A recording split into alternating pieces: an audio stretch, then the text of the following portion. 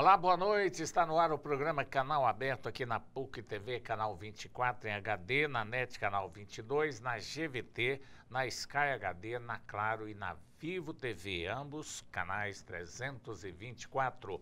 Estamos falando de política, aliás, vamos falar de política hoje, como sempre, o nosso programa não deixa o debate político, é o mais importante, discutir Goiânia, discutir Goiás, discutir o Brasil, ver a situação política do nosso país. É muito importante esse debate para a gente discutir até para trazer as melhores informações da área política. Hoje nós convidamos o Wellington Carlos, ele que é um pesquisador da UFG, para debater conosco, e o Ulisses Aécio, que é editor do Diário da Manhã. Wellington, é um prazer recebê-lo aqui, boa noite. Prazer, boa noite, é um prazer também, Ulisses Aécio. Estamos aí para tentar ajudar a interpretar os fatos que estão acontecendo na cidade e no país. Ulisses Aécio, boa noite. Boa noite, João Silvestre, boa noite especial para os nossos telespectadores do programa Canal Aberto aqui na PUC TV e também para o Wellington Carlos, que é pesquisador do UFG, advogado e jornalista.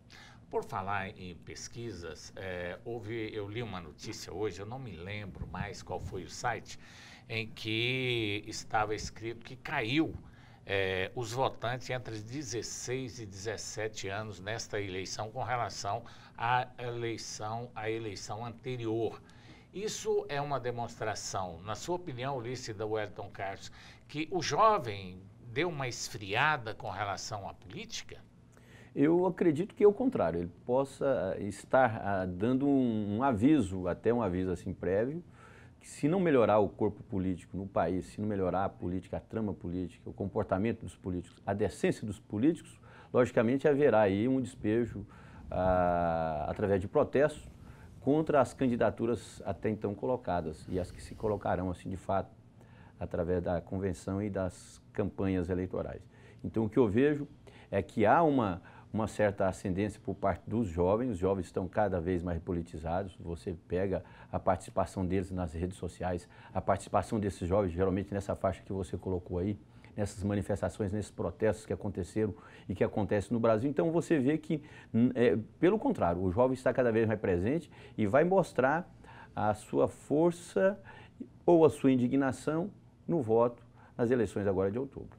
Olha, falar de jovem, eu vivo num mundo em que a maioria da população tem jovens, tem adulto, tem idoso, ambos os sexos, todos participam ativamente da atual situação do mundo, né? Está muito bem informado com as redes sociais. E agora eu pergunto para você, Wellington, essa informação que nós temos hoje, que a população está muito melhor informada do que alguns anos atrás, o que é que o político vai ter que ter nessa eleição diferente das outras? Porque nós estamos acostumados aí com a saúde, educação, transporte, blá, blá, blá. Vai ter que mudar o discurso, na sua opinião? Com certeza, né, João? Porque, na verdade, o que tem acontecido hoje no Brasil e no mundo é um processo de completa desterritorialização da informação e dos atos sociais, ou seja, antigamente você tinha que encontrar as pessoas no face a face, ou seja, o contraditório acontecia no dia a dia, na praça, nas ruas, e hoje não, hoje você tem condições de fazer uma comunicação chamada todos, né? Ou seja, você está no Facebook, você está na internet, no Twitter, e você comunica com todos. Então, aquela informação sua, aquela ideia, se ela é dominante, se ela é inteligente, ela pode, na verdade, virar uma grande bola de neve e atingir um país inteiro. É esse o sistema que tem os memes, né? Esses memes, na verdade, eles surgem antes da internet, mas, na verdade, eles utilizam esse meio para se transformar. O político, o que acontece? Ele está acompanhando essa transformação como se fosse um goleiro.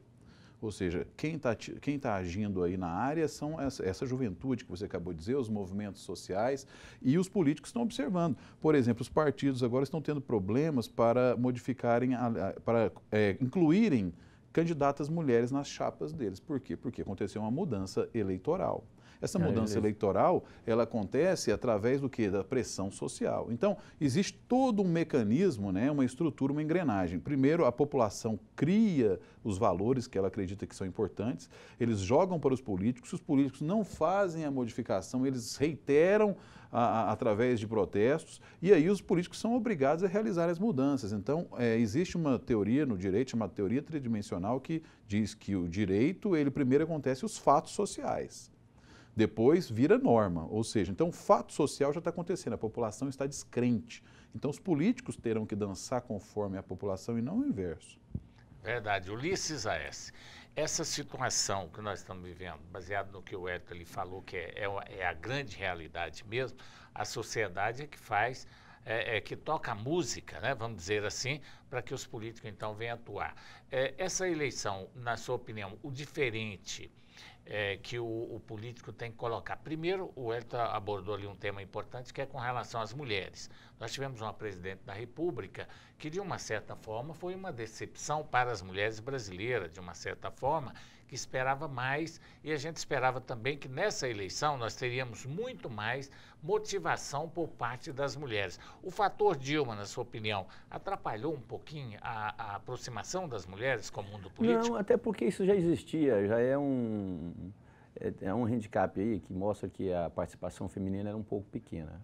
Agora, eu acho também assim estranho e para mim até pernicioso para o fazer político, para a própria sociedade, essa tentativa que se faz hoje no Brasil de codificação de tudo, codificação dos negros, codificação dos homossexuais, da comunidade LGBT, das mulheres, a ponto de você querer inviabilizar uma própria eleição partindo do pressuposto que não existem mulheres suficientes disputando cargos eletivos. Eu acho o seguinte, se não há essa disposição ela tem que ser acompanhada no par e passo, ou seja, no decorrer de todo o processo, não somente nos dias que antecedem as eleições. E eu acredito que o Brasil também tem um grande erro, que é esse erro que acho que foi implantado, não sei se foi pelo governo lulopetista, que é de querer também, de certa forma, consertar erros históricos ao longo de anos, ao longo de séculos, né? Através de decretos, através de leis, normas, regramentos, que às vezes não faz com que se modifique a cultura daquele povo, ou seja, que não se mude a cultura do povo brasileiro, que é da presença da mulher. Mulher quer participar, ela tem que participar. Eu acho que ela tem que participar dos movimentos sociais, dos movimentos políticos, ela tem que participar de tudo. Até porque se você for pegar hoje, a população feminina no Brasil, ela é predominantemente maior do que a do homem. E se você for pegar também, no decorrer dos anos, em poucos anos para cá, uma década mais ou menos, você vai ver que há uma inserção maior da mulher no mercado de trabalho, a mulher está conseguindo mais garantias e também os seus direitos, né? Em funções sociais, em funções econômicas, desempenhos intelectuais. Agora, a partir do momento que você força, isso é prejudicial, porque você pode colocar pessoas também ineptas para gerir, ou então para legislar, no caso de vereadores, ou gerir, no caso de prefeitos, como a própria presidenta Dilma. Estou dizendo que é por ser mulher que ela não deu conta, não. Mas você pode forçar também. Você pega o próprio PT. O PT teve um problema muito grande na hora de escolher o seu candidato à presidência da República, que sucederia o Lula. Tentaram colocar várias pessoas, inclusive um que seria aí era o ex-ministro José Dirceu. Teve um problema aí da sua cassação, aquele problema de acusação, ele não pôde ir, aí pegaram a Dilma como candidata. Naquele caso, a Dilma foi porque era ministra-chefe da Casa Civil, tinha uma importância, mas ela não foi escolhida porque somente ela era mulher, porque o presidente até então do Lula, era de confiança né, no dele. Caso. O Lula queria pôr alguém lá que realmente fosse da confiança a cartilha dele, né? Isso aí eu acho que foi um dos fatores que pesou. Agora, a questão da mulher, quando a gente começa a discutir aqui, é mais do que necessário que as mulheres tenham a sua participação na política, eu defendo isso. Nós tivemos esse problema aí com relação a Dilma, que não foi uma grande gestora. Nós tivemos em outros casos prefeitas até presas, né, por corrupção, assim como o homem. Eu acho que é mais do que natural. E hoje nós temos no mundo a Cristina Kirchner também. Ela saiu lá da Argentina, parece que não foi muito o sucesso dela no foi primeiro meio a piada governo, do poder foi comum. Meio ruim também. Mas nós temos aí na Alemanha, tem no Chile, mulheres dirigindo bem, e tudo indica que a Hillary Clinton também pode ser a mulher mais poderosa do mundo se for eleita lá nos Estados Unidos, né? É uma eleição que, na minha opinião, eu quero até ouvir a opinião de vocês dois com relação à eleição americana. Aí você fala, mas o que tem a eleição americana a ver com a eleição ou com o debate do Canal Aberto? Tudo. Tem tudo a ver, gente. Os Estados Unidos é o país mais poderoso do mundo, o país com maior influência política democrática do mundo, e é um país que, quer queira, quer não, a atitude dele tem uma influência no mundo inteiro. Concorda, Wellington? Concordo. Na verdade, nós precisamos analisar o que acontece no mundo e principalmente nos países que são aliados ao Brasil. João, porque você tocou muito bem essa questão dos Estados Unidos, porque as pessoas não conseguem perceber que existe esse alinhamento. Veja você, por exemplo, que o período em que Obama está no poder e que Lula esteve no poder são um período de conquistas semelhantes. Conquistas como esta que o Ulisses acabou de dizer, que são as conquistas das minorias. Então, por exemplo, o Obama fez um discurso sempre em defesa das minorias, dos negros.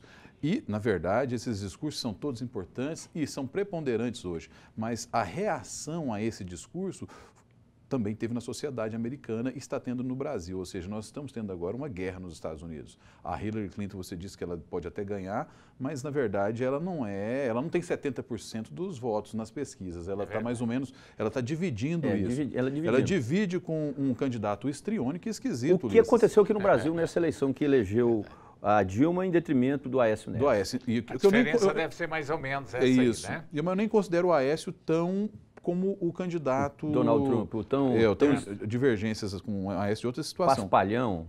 Então, lá nos Estados Unidos, João e Ulisses, nós temos observado que o voto conservador... Está crescendo. Está crescendo. E nós temos que aceitar, porque democracia é um jogo. E o jogo é o quê? Todos têm que participar. Se tem pessoas que desejam ideias conservadoras na administração pública, você tem que aceitar.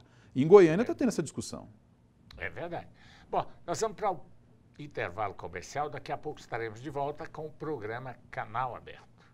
Estamos de volta com o programa Canal Aberto. Estamos conversando hoje aqui na nossa roda de entrevista com o Wellington, ele que é jornalista, advogado e também pesquisador da UFG. Ulisses, a gente colocou na pauta aqui, aliás, até foi de maneira improvisada, né, essa eleição americana, porque sempre chama atenção o que ocorre no mundo inteiro. Nós temos um problema muito sério hoje, talvez o maior problema que nós temos a nível de humanidade seja o Estado Islâmico matando, explodindo, fazendo atentado no mundo inteiro. Qual a importância dos Estados Unidos no combate ao terrorismo internacional? Ulisses. Total. Agora você pega bem, qual que é a importância dos estados de São Paulo, do Rio de Janeiro para Goiás? Você vai ver, você vai linkar aí que há uma importância muito grande. Nós dependemos de relações de trabalho, relações políticas, relações administrativas, relações comerciais. É muito grande. E relações culturais também. Tudo que, vamos dizer assim, da modernidade, tudo que é elencado com um maior labor cultural, intelectivo, tudo aporta primeiro nos estados do Rio de Janeiro, de São Paulo, ou seja, na área litorânea que nós temos ali. Isso traz o quê? Traz ventos alviçareiros para o centro-oeste, no caso de Goiás aqui. Então, você pega a importância de um estado para um outro estado é muito grande. E de um país para outro país é muito grande. Você pega os Estados Unidos hoje. Os Estados Unidos, ele caminha quase que na mesma linha do Brasil. Parece que uma forma muito opressiva, e é opressiva até hoje. Tanto é que quando você coloca sobre o Estado Islâmico aí, há um contraponto. Os Estados Unidos é um paredão em relação ao Estado Islâmico, e o Estado Islâmico se torna também um paredão em relação aos Estados Unidos. Esse mesmo paredão elenca também alguns fatores que você coloca em nível de comportamento político, comportamento das pessoas, o modus operandi, os modos pensantes da pessoa. Você pega Hillary Clinton, hoje ela é vamos dizer assim, ela é mais à esquerda do que Donald Trump, que é um cara considerado como conservador. Por que conservador? Conservador porque ele quer pregar uma maior independência dos Estados Unidos, inclusive em relação a essas relações que ele tem com outros países, que é essa que o próprio Obama colocou, querer ser um grande líder internacional. Donald Trump quer fazer o quê? Quer cortar isso, quer falar, opa, você, Obama, não vai ser o grande líder internacional, não. Quem vai ser o grande líder internacional agora vai ser os Estados Unidos. E quando você pega ele colocando esse ponto de vista, esse pensamento dele, e com um grupo, um exército muito grande de pessoas apoiando esse pensamento conservador, você fala, mas o mundo está mudando? O mundo está mudando, sim. E muitas pessoas tentam colocar o Donald Trump como se fosse um cara mais bobo do mundo. É um dos magnatas, é um dos caras mais ricos dos Estados Unidos, é um dos caras mais ricos do planeta, então sabe gerir, sabe administrar. Então, quando você pega, os Estados Unidos hoje têm um papel importante para conter o terrorismo? Tem sim, mas o papel importante dos Estados Unidos é manter essa relação diplomática que existe com outros países, a ponto de criar também, vamos dizer assim, grupos ou então países no mundo inteiro com esse mesmo pensamento. Você pega a lei antiterror, que inclusive prendeu algumas pessoas aqui no Brasil. Ela foi influência de quem? Ela foi influência dos Estados Unidos e de alguns países da Europa. Mas aí foi uma questão até de preservar a segurança no país. Agora, você diz aí do... Mas ela não foi uma pressão. O Brasil podia ter feito isso há bastante tempo. E o Brasil é conhecido como um país, um país hospitaleiro, um país... Não, mas sempre foi desse jeito. O Brasil que você pega em todas as literaturas que você estuda, desde quando você está no ensino fundamental, você passa para o ensino médio até o ensino universitário, você pega que o Brasil é um país hospitaleiro, não tem grandes terremotos, grandes vicissitudes climáticas, aquela coisa toda. Mas, Ulisses, eu fico me perguntando aqui, Wellington, é o seguinte, o Donald Trump, ele é um grande empresário. Ele administra grande não, ele é um bilhardário, ele é um dos maiores do mundo. Ele administra várias empresas, é muito rico. Mas uma coisa é você administrar bens, empregados, funcionários, gerentes, uma equipe de trabalho. Mas o Ronaldo Reagan era do mesmo jeito, ele era ator, virou presidente dos Estados Unidos, um dos maiores presidentes dos Estados Unidos. Agora, administrar a política internacional, os sentimentos internacionais, que é muito interessante. Você fala em sentimento, qual que é o sentimento? Você vai para a Europa, tem uma política diferente. Você vai para o Oriente Médio, você encontra ali uma bomba que já vem há milhares de anos, uma guerra que não para nunca. Eu queria só mostrar essa coisa para você, não sei se o Wellington concorda comigo. A parte religiosa também. Entendeu? Eu queria mostrar o seguinte, que existe hoje uma polarização, João Silvério, quando você fez até essa pergunta sobre o terrorismo, que existe uma polarização hoje sobre o que é importante para o mundo. Será que o importante para o mundo é só essa política intervencionista dos Estados Unidos? Será que é essa? Essa imperialista que antigamente os comunistas falavam, o imperialismo norte-americano? Será que é isso? Então, veja bem, a partir do momento que você vê que os Estados Unidos ele começa a se dividir também, como o Brasil se dividiu aqui, a ponto de não deixar que a corrupção tome conta mais, que apenas um grupo econômico ou então um grupo político dê as cartas e tome conta das rédeas do país, está havendo um movimento contrário. No próprio Estados Unidos, está havendo um movimento contrário na própria Europa. Você pega quando o Brexit ali passou, uma tendência conservadora. Então, o conservadorismo está tomando conta do mundo. Por quê? Porque eu acho que há um exagero também em propostas políticas, demagógicas e populistas. E eu digo uma coisa para você, hein?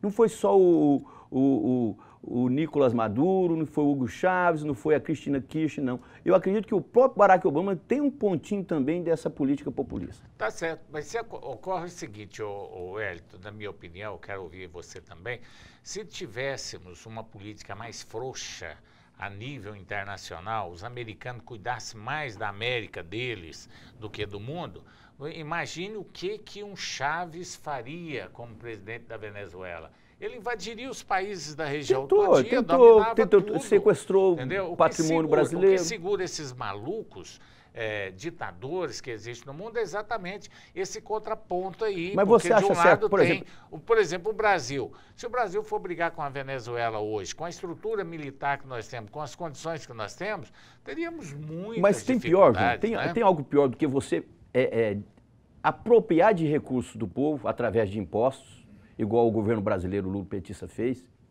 passar recursos para países da África, ou às vezes até anistiar dívidas, pegar recursos, passar para os Estados, para Cuba, por exemplo, como foi colocado aí, deixar a própria Venezuela, Bolívia, sequestrar, rindar, fazer arresto de bens, de patrimônio nosso. Qual que é a diferença que existe nisso? Não existe muita diferença para mim, não. Entre você ser intervencionista e você, ao mesmo tempo, não respeitar o patrimônio do povo, acho que é a mesma coisa. Wellington, quero a sua opinião disso aí. Bom, primeiro, eu penso assim que a gente estava falando aí do candidato dos Estados Unidos, né, o republicano.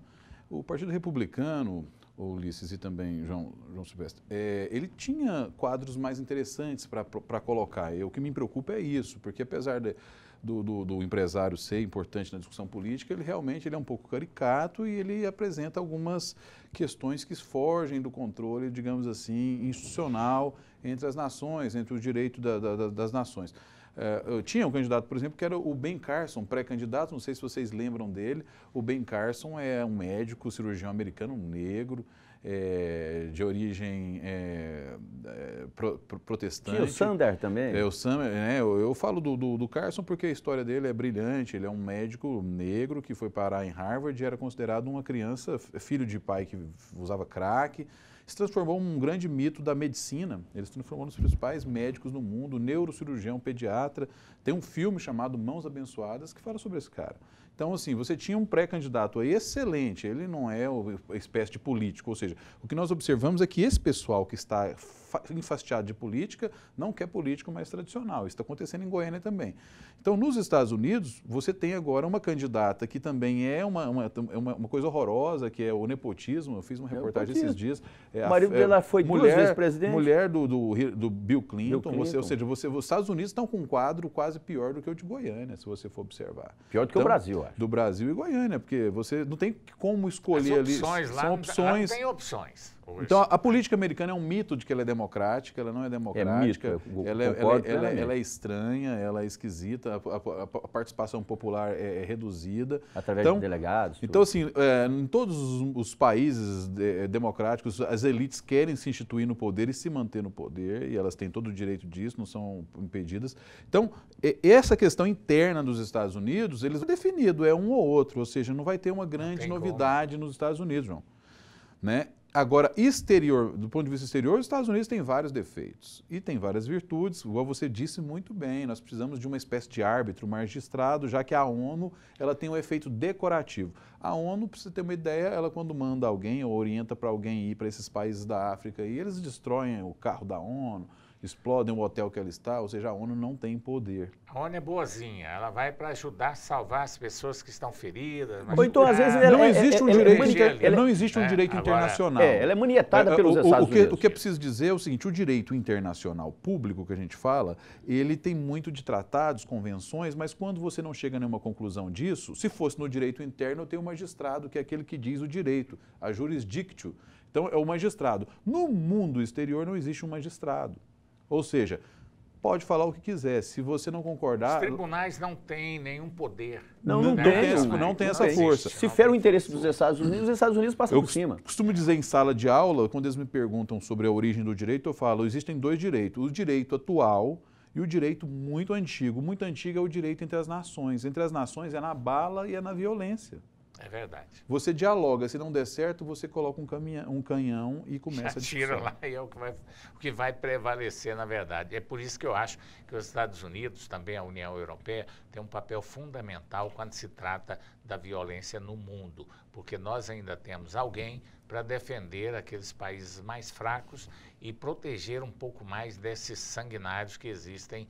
Sempre existiu, vai existir e não vai parar nunca, como é o caso agora desse terrorismo. Vamos para o intervalo comercial, daqui a pouco estaremos de volta.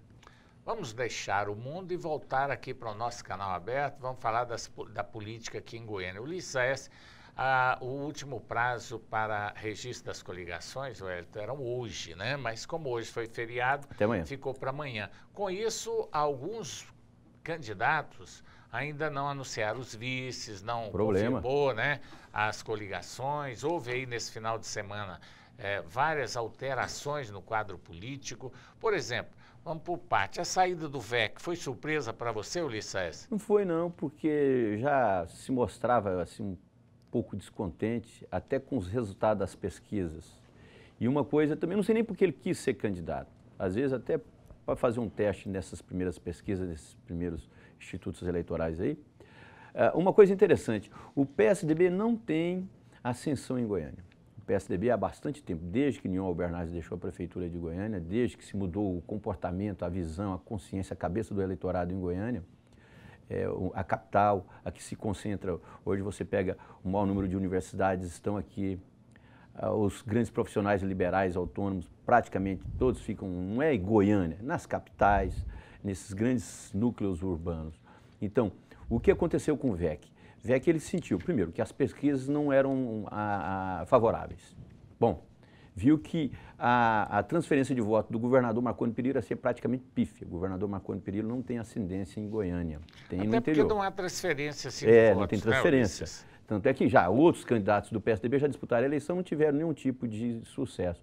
Então, o VEC tomou uma decisão correta, até para não focar mais no mandato dele como deputado federal. Que é um bom deputado federal. É um ótimo deputado. Sido um bom deputado federal, uma surpresa aí, é uma revelação. Agora, Wellington, o Vanderlan acabou se transformando no candidato da base, né? No começo não havia essa expectativa de que ele seria acolhido pela base do governo. Francisco Júnior, candidato também, que seria da base, agora com esse apoio, vou esclarecer melhor a minha pergunta. Por exemplo, o Francisco Júnior é candidato, é ligado à base do governo, nós temos também a candidatura do Vanderlan Cardoso, né? Como é que ficou agora a base do governo? Como é que vai ser o discurso aí desse pessoal? Quem é realmente o candidato do governo do estado de Goiás? Está rachado. É o Vanderlan ou o Francisco Júnior? Bom, primeiro é interessante você observar que existe sim uma base, né? Ou seja, existe uma combinação de grupos partidários, coligações na política, não só goiana, mas brasileira, na estrutura da política brasileira, desde o período oligárquico até mesmo antes da República. As famílias muitas vezes se reuniam. Você vê que às vezes o governo que entrava não era só Caiado, o Caiado se juntava com os Bulhões, etc., com os Jardins, e em Goiás especificamente no caso, as famílias se reuniam. E de repente surgiram os partidos surgiram depois e eles começaram a se organizar ali naqueles partidos, mas era sempre famílias, ou seja, grupos, bandos partidários. Em Goiás existem os bandos partidários até hoje, esses grupos partidários. O governador, ele comanda o grupo central, que é o PSDB, e ele tem uma ascendência nos demais partidos. Mas, na verdade, existe um grupo, um bloco que é instável, que está sempre próximo ao governador e que pode se rebelar a qualquer momento. Então, existe, por exemplo, o PSB, que é o partido do Vanderlan, que ele já tem adotado uma situação mais instável. Nós temos o PTB, que é o partido do Jovair Arantes, que também tem adotado uma posição instável. Nós temos o PR, que é um partido ligado à deputada federal Magda Mofato, que também ele tem uma atitude instável. Nós temos o PRB, que é o partido agora que está na mão do deputado federal João Campos, e que são todos da base, mas também eles têm sua autonomia. Nós temos também o partido do deputado federal Alexandre Baldi, que é o PTN, se eu não me engano. É PTN. Então, esses partidos estão todos na base com o governador e participam deles, mas são os partidos de segunda ordem, ou seja, depois do PSDB eles comandam. E nós temos o PSD, que você acabou de dizer, que é um partido também. Todos eles pensam no futuro, João. Então, assim, eles querem saber o seguinte, o que nós vamos ganhar agora, o que nós vamos ganhar depois? Depois é 2018. Então, 2018, esse grupo tem que se rearticular contra uma outra família que faz parte da política goiana. Qual que é essa outra família? É a família do PMDB e o Democratas, que sempre estiveram brigadas no passado, mas nas últimas eleições para cá eles começaram a se unir. Tanto é que eles estarão marchando juntos aqui em Goiânia, conforme o senador Ronaldo Caiado. Então, o candidato do governo vai ser, com certeza, quem ele indicou, o vice. Agora, o candidato do PSD vai ter que fazer carreira solo. As chances dele são menores. E ele continua tendo apoio do governador, mas não é o mesmo apoio do Vanderlan. Você acha que essa negociação, o Lício e o Wellington, pode os dois opinar, é claro, já tem alguma coisa a ver com 2018? Pode ser que tenha, mas assim, a pretensão não é essa. Do resultado, a pretensão não é essa. A pretensão até é focar agora em 2016, até porque as coisas não estão tão fáceis, principalmente para o governo de Goiás em relação à disputa em Goiânia, não. Agora, hoje, se você for pegar bem, analisar, pelas pesquisas até colocadas em relação às pré-campanhas aí, você vai ver que o candidato que o governador tem apoiado não está na preferência. Hoje é uma polarização, porque nós sabemos que vai haver, se acontecer um segundo turno, 2 candidatos apenas irão para o segundo turno. Apenas 2. E os que estão colocados, nenhum é aliado à base do governador Marconi Perillo. O que existe de fato é o seguinte, é uma tentativa de emplacar um candidato por parte do governo do estado, não é? do governador Marconi Perillo. Que já está colocado, né? Já que está bem colocado. Que é o Vanderlan, colocou o Vanderlan. Mas antes houve aquela discussão também que se apoiaria o Íris Rezende. Então eu acho que houve uma ação assim um pouco meio biruta de aeroporto. Assim, nós vamos apoiar o Íris parece que recusou através da dona Íris, grupo ligado à dona Íris, falou assim, não tem esse negócio de apoiar a gente aqui não, nós vamos continuar, se a gente for para a disputa, nós vamos sem nenhum tipo de apoio, nós vamos com a nossa força. Aí optou-se pelo segundo plano, não é? Aquele plano B, que é apoiar a candidatura do Vanderlan Cardoso. Quando poderia apoiar a candidatura do delegado Valdir, que era do PSDB, então por que não aconteceu isso? Magda Mofato também não é da base de apoio do governador Marconi Perillo? Então o que se existe aí, o que se vê e o que se observa aí é uma campanha anti-Valdir. E por quê? Porque ele pode ser o Francisco Júnior também, né? Apoiado. Mas é aquela coisa, Francisco Júnior tem condições de ser competitivo no atual momento? Não sei. Eu acredito o seguinte, que quem ganhar a eleição, claro, vai sair fortalecido. Lógico, ganhou a eleição no município, vai poder discutir em melhores condições à mesa. Agora, no momento, do jeito que foi criado esse novo quadro político, porque com a entrada do Íris Rezende Machado mudou tudo, né, Wellington? Com certeza. A eleição estava morna, meio tranquila, e a volta do Íris foi importantíssima até para que a gente possa fazer assim dizer que motivou até os adversários dele. Eu acho que prejudicou a candidatura do Vanderlan. Acho que o Vanderlan já está, o povo, os simpatizantes, os apoiadores já estavam falando assim, não, já ganhou, porque agora tem apoio do governador, e o Íris entrou, esfriou, ficou a coisa mais feia do mundo. Agora, vou te falar uma coisa, com toda sinceridade, hoje o momento não é nem da gente dar opinião, mas eu acho que a eleição em Goiânia, ela está totalmente aberta. Indefinida. A possibilidade, Wellington, na minha opinião, é de todos, porque ninguém vai saber agora. Não, até mesmo os candidatos. Com né? certeza, até os candidatos com menor índice, você veja aí, por exemplo, Djalma Araújo, que é da Rede, Alexandre Magalhães, o professor Sofiati, que é do PSOL, ou seja, nós temos aí Goiânia, tradicionalmente, viu, Ulisses e João, é uma cidade progressista e voltada com discurso de esquerda. Nós temos, então, dois partidos de esquerda, Rede e PSOL, ou seja, eles podem até sofrerem aí o desgaste da esquerda em Goiânia, que eu não considero necessariamente uma experiência de esquerda, o que o Paulo Garcia fez aí. Mas, enfim, com o tempo nós poderemos ver até esses partidos deslancharem aí, porque não é tradição de Goiânia termos só candidatos de perfil mais ou menos conservador. Uma coisa interessante que você colocou.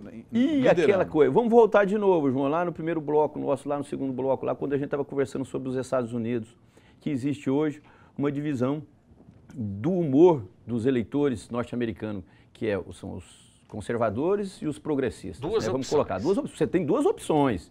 Aqui em Goiânia também você tem duas eleitores. Telespectador, você que é eleitor também, cidadão, você só tem duas opções. Não fique pensando que você tem terceira via, quarta via, quinta via, sexta via, não tem. Você tem duas opções. O que faz a política de forma tradicional, aquele que quer ganhar as eleições dando tapinha nas costas, conversando daquele jeito, prometendo e não cumprindo, ou os outros que também quer o seguinte, quer mudar da noite para o dia o modus a fazer a política no país, ou seja, no próprio estado, no próprio município, e aquela coisa, você vai ficar assim, entre a cruz e a espada.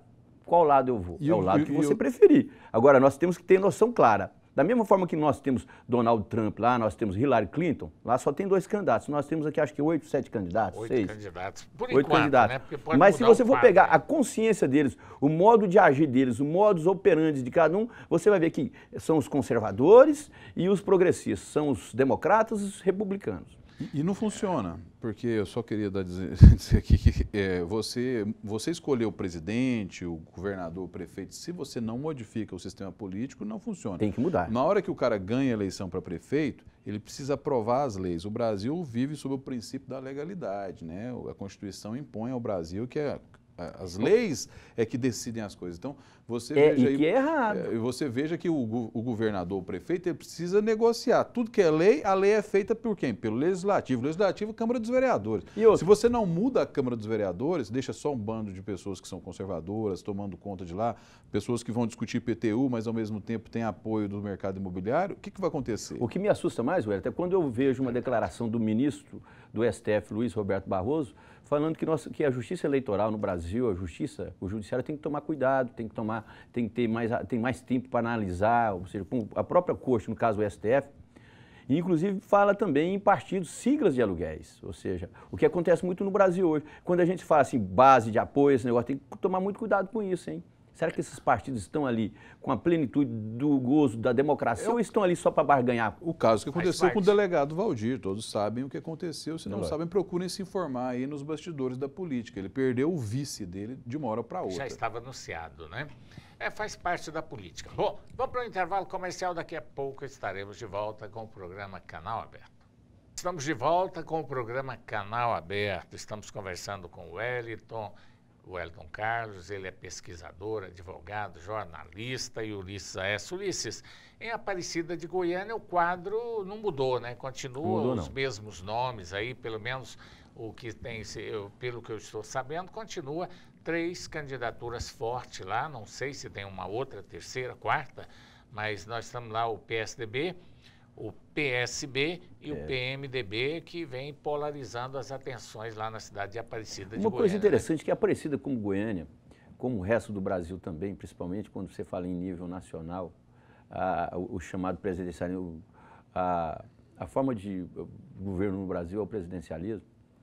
Existem alguns estudiosos, vamos dizer assim, até doutrinadores da sociologia aí, que eles falam que existe o presidencialismo de coalizão no Brasil, que de fato não é presidencialismo, porque se não houver coalizão, se não houver a busca por partidos para a chamada base, não há uma chamada governabilidade no país. Então isso acontece também em Goiás. Goiânia você pega. Para o Vanderlan deslanchar e mostrar a força política dele, ele teve que buscar muitos partidos políticos. E buscando partidos políticos, lógico que esvazia, inclusive, outros partidos, outras candidaturas. A Aparecida de Goiânia está do mesmo jeito. Hoje que você pega o candidato do PMDB, que é o Gustavo Mendanha, a preocupação do partido era buscar o maior número de partidos aliados. Buscou até o ex-prefeito, Ademir Menezes, através do Max Menezes, que foi um dos principais críticos, um dos maiores críticos da administração do Maguito Vilela foi o Max Menezes. Verdade, filho do Ademir. Filho do Ademir, e foi apoiar Gustavo Mendanha. Então, o que você vê também em Aparecida de Goiânia é a mesma coisa que está refletindo em Goiás, reflete no Brasil, e não vou dizer que reflete no mundo não, mas para por aí. Houve a busca de coalizão, de força política. Houve também uma alteração muito profunda lá com relação ao vice-prefeito Osair José, né? Ele apareceu? Não, ele foi para o PSDB para ser candidato, queria ser candidato, voltou e agora é o coordenador geral da campanha do Gustavo Mendanha. E ele que tinha rompido. Primeiro ele foi para o PT, para ser vice. Porque se você for, então ele saiu do PSDB. Não sei, ele deve ter desfiliado. Aí você pega. O PSDB, se eu não me engano, lá, ele tem o candidato Alcides. O professor Alcides. O vice me parece que você pega. Qual que é o peso da experiência política da pessoa? Se você for pegar o Osair já foi deputado, vice-prefeito, ou seja, tem conhece bem a Aparecida de Goiânia. Ele deixou de ser o que ele era para ser um coordenador da campanha do Gustavo Mendanha, que é presidente da Câmara, não estou querendo desfazer de nenhum. Mas ele jogou mal, ele saiu do PT para poder ir para o PSDB, pensando que seria o candidato. Ou cortar as asas dele também, né? Porque na política tem demais isso. Tanto é que ele esteve aqui, tentou, disse que era candidato, pré-candidato lá pelo PSDB, não deu certo, voltou para a base dele, que é o PMDB lá, e vai coordenar a campanha. Agora é importante no mundo político que às vezes você não é candidato, mas você fazer parte daquele grupo, né? E você não convoca pessoas que não é política para coordenar uma campanha. Você tem que ter uma pessoa experiente para coordenar a campanha. Eu acho que o Osair José... mas será que isso não foi dado de consolo para ele? Não. Eu tenho que olhar as coisas assim, medindo com os pesos corretos. Você pega... A experiência de Osair José é muito grande. A experiência do Gustavo também é muito grande. Não estou querendo discutir, não. Até que porque a eleição ela não está resumida apenas no Gustavo. Você colocou, tem o professor Alcides, que tem uma força política muito grande ali, porque tem apoio. Tem o Marluz Pereira, que além de ser deputado, foi líder comunitário, foi vereador, tem experiência muito grande. A Aparecida está assim também meio embolada como Goiânia. Não, a Aparecida, a eleição está totalmente indefinida. Todos os 3 candidatos com amplas condições de ganhar a eleição, inclusive 2 vão para o segundo turno e um deverá ficar de fora, não tem vaga para 3, né? Eleição disputadíssima lá em Aparecida de Goiânia, vão ter que brigar voto a voto ali para ver quem sairão os 2 que vai para o segundo turno. Eu acho que é a primeira vez que a Aparecida vai ter segundo turno, viu? Porque na outra passada o Marguito ganhou no primeiro turno das eleições, se houver segundo né? turno, quem será o grande derrotado nisso daí? Não sei. Vilela, é lógico que é o atual prefeito. Eu acho que não, há uma evolução. Primeiro, o Marguito é um prefeito atual e outra coisa é o candidato dele, né? Ninguém transfere, né, o Hélito, assim, transferir voto de uma hora para outra, a não ser quando o adversário é muito fraco. Aí sim a coisa pode pegar. Concorda, Hélito? Concordo, acho que a linha em Aparecida não tem acompanhado bem a disputa, mas eu vejo que é uma eleição com bons vices, nós temos visto aí Véter Martins, se eu não me engano, está com... É candidato do Gustavo. Gustavo. Nós temos aí o ex-coronel Silvio Benedito.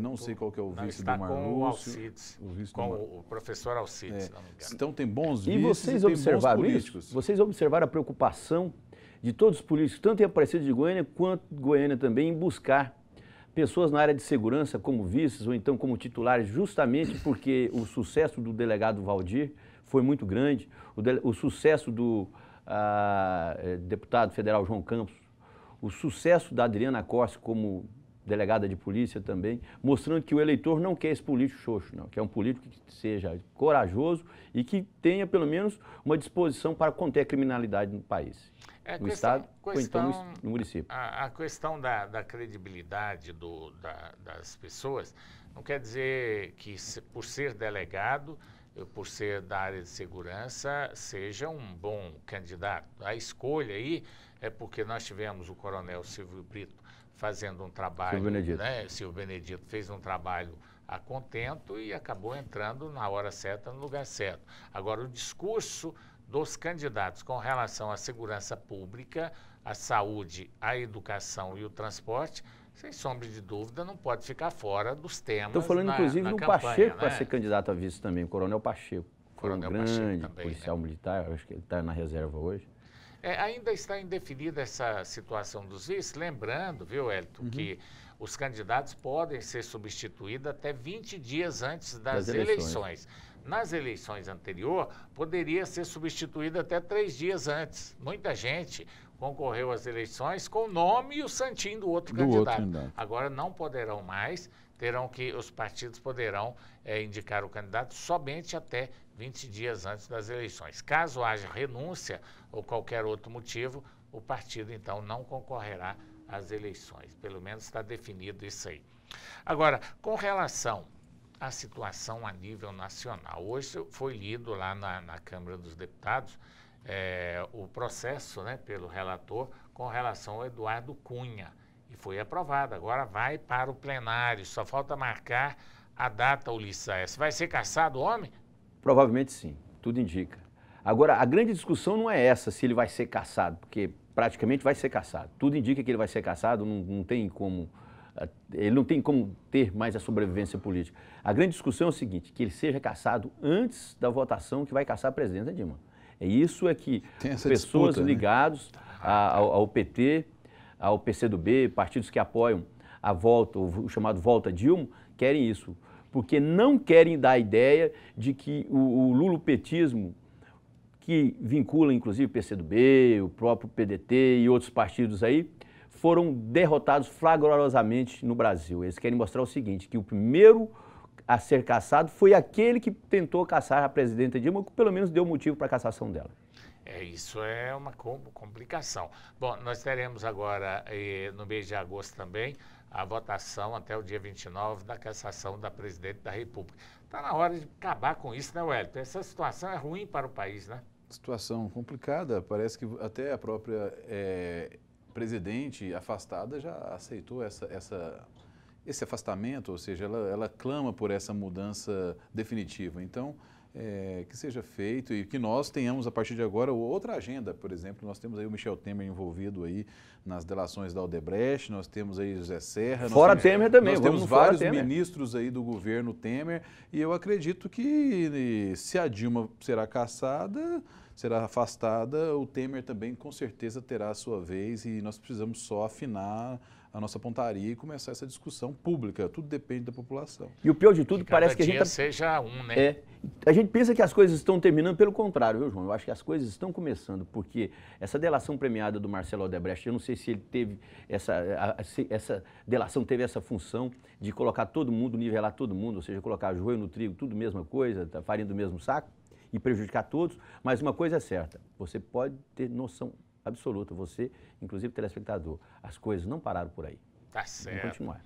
O Wellington Carlos, irmão do Lissaes, viu, senhores telespectadores, hoje eu estou aqui entre dois irmãos, com muita inteligência, pessoas do mais alto nível. O Wellington escreve excelentes matérias no Diário da Manhã. Mas se ele fosse inteligente, ele não tinha feito jornalismo. Eu falei, não faça jornalismo. Não, é o curso essencial. Indica a todos fazerem. Então, ele gosta. E o importante é fazer aquilo que gosta, né? Foi um prazer receber você Obrigado. aqui, Wellington. Foi muito bom, somou muito aqui para o nosso canal aberto. Obrigado. Sempre que possível, eu estarei aí com vocês para a gente pensar um pouco o estado de Goiás, o Brasil, porque... começa da gente, ou seja, começa da sociedade, e da população, dos grupos, das minorias, as ideias surgem daí e nós levamos para os políticos. Se eles acatarem ou não, aí é que é a questão que nós precisamos discutir. Ulisses. Vou mandar um abraço para o Cabo Roque. Cabo Roque seria um excelente candidato a vice em Aparecida de Goiânia. É da Polícia Militar, hoje está na reserva. E aquela coisa, corajoso e defende a corporação e está sempre nas redes sociais. As pessoas que acompanham aí no Facebook, principalmente, sabem que está lá cobrando coerência da Polícia Militar também, dos políticos, principalmente desses políticos corruptos aí. Só pensam na corrupção. Tá certo. Eu vou mandar um abraço, Ulisses, especial aqui para os nossos futuros candidatos. Adriana Corse, Alexandre Magalhães, Djalma Araújo, Flávio Sofiati, Francisco Júnior, Iris Rezende, Vanderlan Cardoso e Valdir Soares. Começa a campanha. Vamos torcer para que vocês tenham uma ótima campanha, que cheguemos ao final no mais alto nível, uma campanha elevada, que vença o melhor que o goianiense escolher para ser o nosso futuro prefeito. Boa sorte para vocês, boa campanha. E para você, telespectador, o nosso convite para estar conosco na próxima segunda-feira, 22 horas, aqui com mais um programa Canal Aberto. E reprise aos domingos, às 19 horas. Boa noite, obrigado pela audiência.